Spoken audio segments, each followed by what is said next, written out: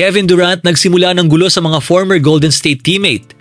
Guy Santos dapat pang isugal ng Warriors at Ben Simmons to Warriors, malaking gamble nga ba? Isa na namang mainit na usapan sa NBA ang nangyari matapos ihambing ni Kevin Durant ang bagong Philadelphia 76ers sa legendary 2016-2017 Golden State Warriors. At ang mas nakakagulat, hindi nagustuhan ng dating niyang teammates na sina Draymond Green at Klay Thompson ang kanyang naging pahayag.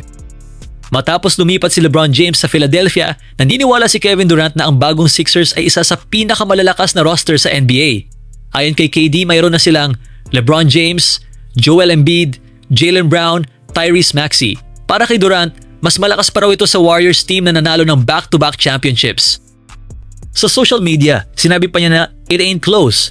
Ipinaliwanag din niya na si Joel Embiid ay MVP, si Jaylen Brown ay Finals MVP, si Tyrese Maxey ay All-Star, at alam ng lahat ang kayang gawin ni LeBron James.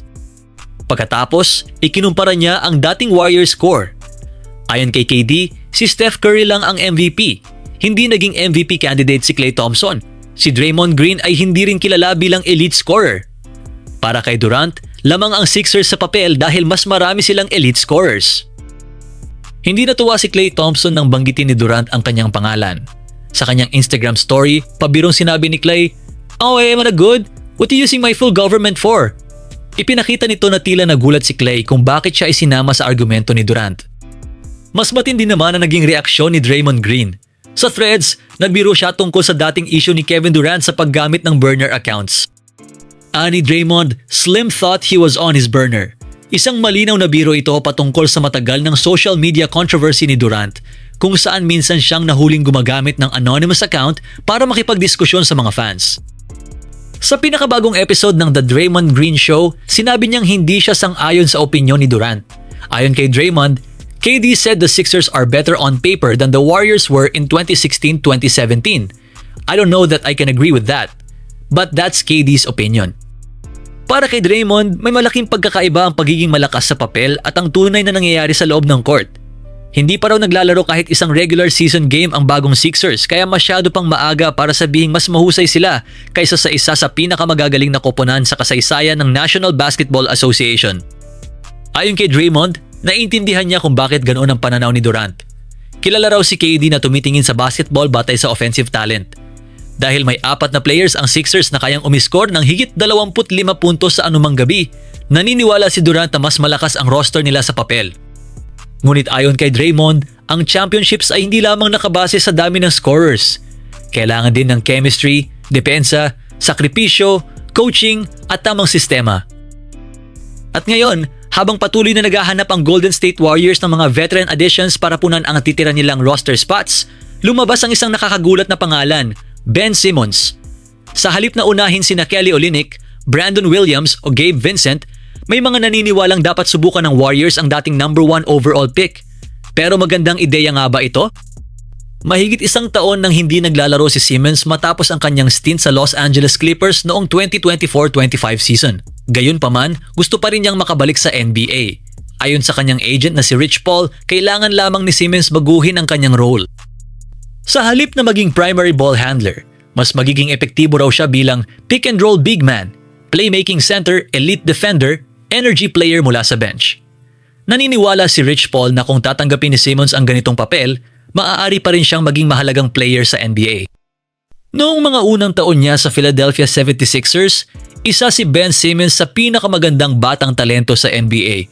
Sa pagitan ng 2017 hanggang 2021, nagtala siya ng averages na 15.1 points, 8.1 rebounds, 7.7 assists, 1.7 steals.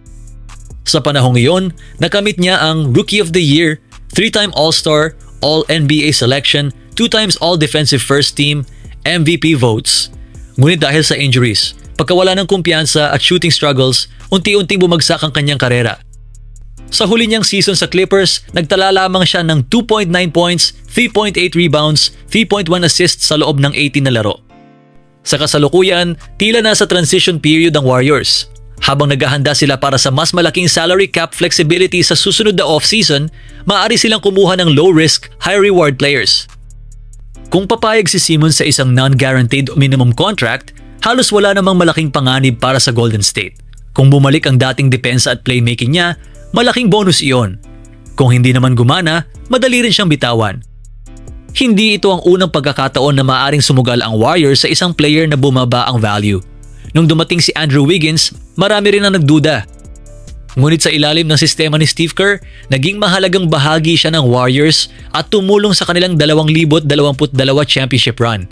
Dahil dito, may ilan na naniniwalang baka kaya ring maibalik ng Warriors ang kumpiyansa at halaga ni Ben Simmons. At ngayon, sa gitna ng tahimik na off-season ng Golden State Warriors, isang pangalan ang unti-unting lumalabas bilang posibleng susi sa tagumpay ng kupunan ngayong season. Gui Santos. Umaasa sila na mag-level up pa si Gui Santos at maging isa sa pinakamahalagang players ng team. Matapos mabigo ang Warriors na makuha sina LeBron James, Giannis Antetokounmpo at iba pang superstars, halos pareho pa rin ang roster ng Golden State. Ibig sabihin si Stephen Curry na naman ang aasahang bumuhat sa opensa.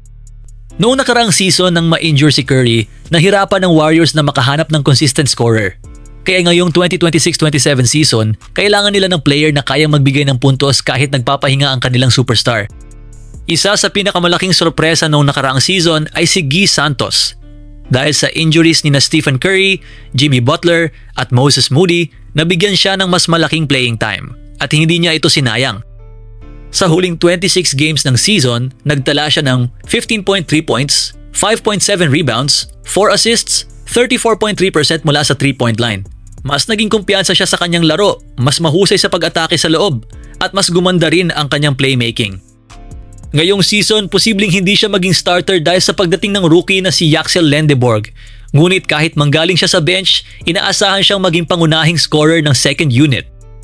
Sa kasalukuyang bench rotation ng Warriors ay naroon sina Gary Payton ikalawa, DeAnthony Melton, Al Horford, Charles Bassey, LJ Cryer, Will Richard Malevillons. Bagamat solid ang depensa ng grupong ito, kulang sila sa isang natural scorer na kayang gumawa ng sariling opensa. Hindi man siya katulad ni na Kevin Durant o Bradley Beal, may kakayahan si Gui Santos na maging spark plug ng Warriors. Kapag naipagpatuloy niya ang ipinakita niyang improvement noong nakaraang season, maaari siyang maging isa sa pinakamahalagang dahilan kung bakit mananatiling kompetitibo ang Golden State habang nagpapahinga si Steph Curry. Ang tanong ngayon, kaya ba ni Gui Santos panindigan ang inaasahan sa kanya? O kailangan pa rin gumawa ng malaking trade ang Warriors bago matapos ang season? Isang bagay ang malinaw, kung gusto ng Golden State na magkaroon ng tsansang makabalik sa championship conversation, kailangan nilang makita ang pinakamagandang bersyon ni Gui Santos ngayong 2026-27 season. At yan ang mahalagang balita ngayong araw. Huwag kalimutan mag-like, subscribe at click ang notification bell. Peace out!